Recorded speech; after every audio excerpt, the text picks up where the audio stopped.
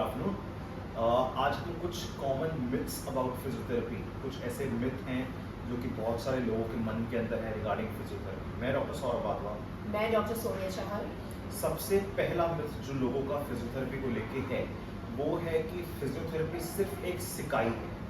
सो ये बात मैं बहुत अच्छी तरह क्लियर करना चाहता हूँ कि सिकाई यानी कि हॉट फर्मेंटेशन या कोल्ड फर्मेंटेशन एक पार्ट जरूर है फिजियोथेरेपी का, बट वो एक सिर्फ वही चीज नहीं है जो आप अपने घर पे करोगे और उससे ठीक हो जाओगे।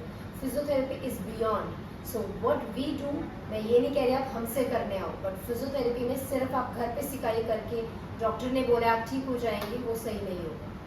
सेकेंड मिथ जो मुझे सबसे कॉमनली लोगों के फील से या एक्सप्रेशन से समझ में आता है कि दे थिंक कि हम जब फिजियोथेरेपी लेंगे तो हम वो हमारे लिए एक टेम्परेरी ट्रीटमेंट है। सो ये बहुत ही कॉमन मिथ और बड़ा ही अजीब सी एक बात है कि आपको लगता है कि फिजियोथेरेपी एक टेम्परेरी ट्रीटमेंट है। फिजियोथेरेपी एक टेम्परेरी ट्रीटमेंट नहीं है, क्योंकि हम लोग एक रिकवरी, एक प्रिवेंशन मोड पे आप लोगों के लिए काम करते हैं, और अगर वो अच्छे ढंग से की जाए तो रिजल्ट्स आर 100% परमानेंट। और फिजियोथेरेपी मतलब सिर्फ एक अल्ट्रासोनिक इलेक्ट्रोथेरेपी नहीं है। Electrotherapy is a part of physiotherapy, but it is not completely physiotherapy. Physiotherapy में आप ये चीज़ें अमेजोन से खरीद लेंगे, घर पे करा लेंगे। सो इन चीज़ों से आप ठीक हो जाते तो हम इतने बड़े डिपार्टमेंट में इतने लोगों को ट्रीट नहीं कर पाते। तो ये जानना बहुत ज़रूरी है, मशीनें ही फिजियोथेरेपी नहीं है। हमने एक मेडिकल पूरे एनाटॉमी सब पढ़ने के बाद, चीज़ों की एनालाइजेशन के बाद वो अप्लाई करना सीखा है। तो ये आपका जानना ज़रूरी है कि physiotherapy is not only about electrotherapy.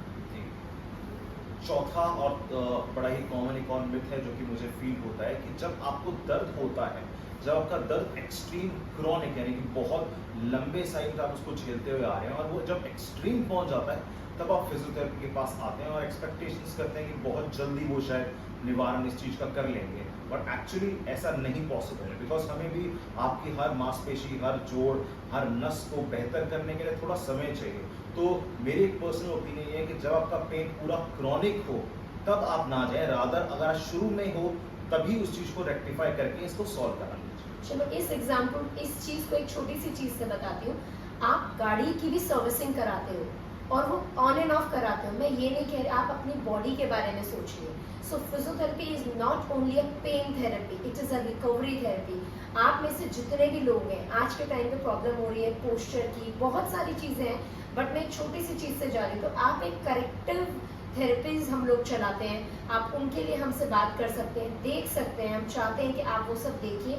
और जो ये मिथ है कि physiotherapy is only for pain, ऐसा एकदम भी नहीं है जी। और सबसे सबसे जो लास्ट और बहुत कॉमन है, जब तक कि कोई प्रेस्क्राइब ना करे आप फिजियोथेरेपी के लिए नहीं आते।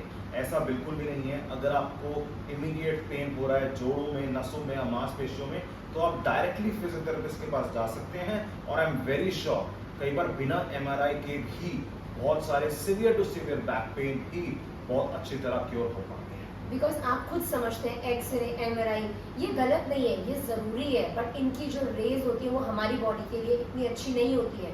हम प्रेग्नेंट वुमेन्स को जब वो प्रेग्नेंट होती है क्यों नहीं कराते हैं? बिकॉज उनकी रेज अच्छी नहीं होती है। आप खुद से प्रेडिक्ट मत करो कि मैं गिर गई तो चलो मैं आज एक्सरे करा लेती हूँ।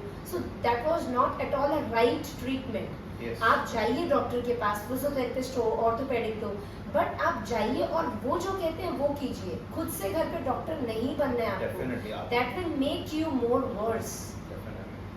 सो these are common myths. I hope आप हमारी बात समझ के इसे आप thank you. Thank you so much.